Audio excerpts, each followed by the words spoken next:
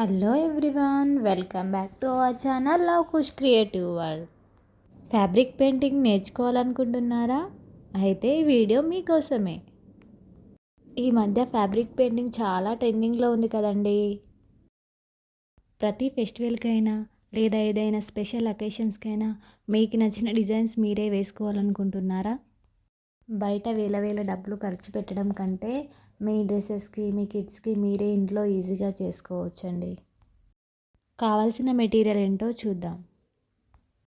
ఇక్కడ నేను cotton cloth తీసుకున్నాను. ఫర్ బిగినర్స్ కోసం, బిగినర్స్ అయితే కాటన్ క్లాత్ ఈజీగా చేయొచ్చని రా సిల్క్ క్లాత్ కూడా యూజ్ చేయొచ్చు. తర్వాత ఇక్కడ నేను కాటన్ క్లాత్ యూజ్ చేశాను. బిగినర్స్కి కాటన్ క్లాత్ అయితే బెస్ట్గా ఉంటుంది. సో నేను కాటన్ క్లాత్ యూజ్ చేశాను. ఇక్కడ మనకి ఫ్యాబ్రిక్ పెయింట్స్ ఉంటాయి, అలాగే అక్రిలిక్ పెయింట్స్ కూడా ఉంటాయి. రెండింటిని యూజ్ చేయొచ్చండి. కానీ ఫ్యాబ్రిక్ పెయింటింగ్ క్లాత్కి కొంచెం సాఫ్ట్గా, ఫ్లెక్సిబుల్గా ఉంటుంది. ఫ్యాబ్రిక్ పెయింటింగ్ అవైలబుల్లో ఉంటే ఫ్యాబ్రిక్ పెయింట్నే యూజ్ చేయండి, లేదా అక్రిలిక్ కలర్స్ కూడా యూజ్ చేయొచ్చండి. తర్వాత బ్రషెస్ అండి. చాలా టైప్స్ ఆఫ్ బ్రషెస్ ఉంటాయి, కానీ మనకు బిగినర్స్ కదా, సో అందుకే 3 టైప్స్ ఆఫ్ బ్రషెస్ ఉంటే చాలండి. Round brush, flat brush, liner brush. మనం రౌండ్ బ్రష్ని చిన్న చిన్న డిజైన్స్, పూలు, లీవ్స్, కర్వ్స్ అలా వేయడానికి యూజ్ చేస్తామండి. ఫ్లాట్ బ్రష్ పెద్ద పెద్ద ఏరియా ఫిల్ చేయడానికి యూజ్ చేస్తాం. లైనర్ అయితే అవుట్లైన్స్ కోసం, చిన్న చిన్న లైన్స్ డీటెయిలింగ్ కోసం యూజ్ చేస్తామండి. సో ఇవి ఉంటే చాలండి బిగినర్స్కి. మనం డిజైన్ ట్రాన్స్ఫర్ చేయడానికి కార్బన్ పేపర్స్ని యూజ్ చేస్తాము. ఇంకా టైప్స్ ఆఫ్ కార్బన్ పేపర్స్ ఉంటాయి. రెడ్, బ్లాక్, బ్లూ అలా ఉంటాయి, కానీ ఎక్కువ మనం white and yellow carbon papers use చేస్తాము. ఒకవేళ బ్లాక్, బ్లూ ఎలా యూజ్ చేస్తే ఆ కార్బన్ పేపర్సే ఆ కలర్ మన క్లాత్ పైకి వచ్చే ఛాన్సెస్ ఉంటాయి. సో ఆ కార్బన్ పేపర్స్ని యూజ్ చేయకపోవడమే బెటర్. ఇది ట్రేసింగ్ పేపర్ అండి.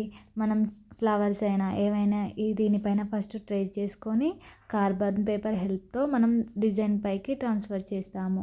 చిన్న చిన్న డీటెయిలింగ్స్ అయితే మనం ట్రేస్ చేసుకోవచ్చు ఫోన్లో నుండి, ల్యాప్టాప్లో నుండి అయినా.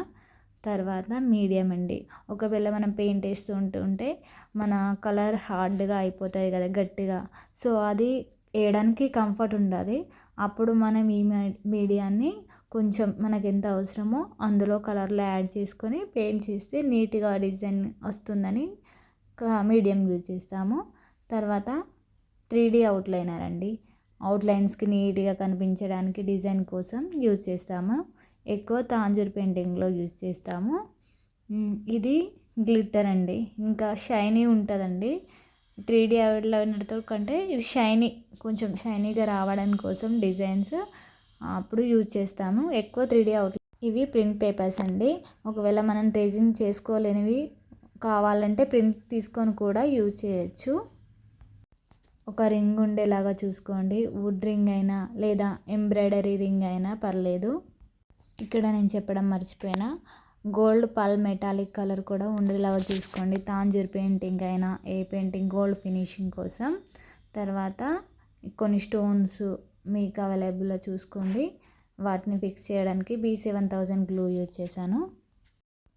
చూసారండి, ఇవన్నీ మీ దగ్గర ఉంటే చాలు. చాలా ఈజీగా ఫ్యాబ్రిక్ పెయింటింగ్ ఇంట్లోనే చేయొచ్చు. ఇవన్నీ మెటీరియల్కి పెద్ద కాస్ట్ ఏమి ఉండదండి, 500 బిలోనే వస్తాయి. ఈ వీడియో ఇట్లా మీకు నచ్చితే లైక్ చేయండి, షేర్ చేయండి, మన ఛానల్ని తప్పకుండా సబ్స్క్రైబ్ చేయండి.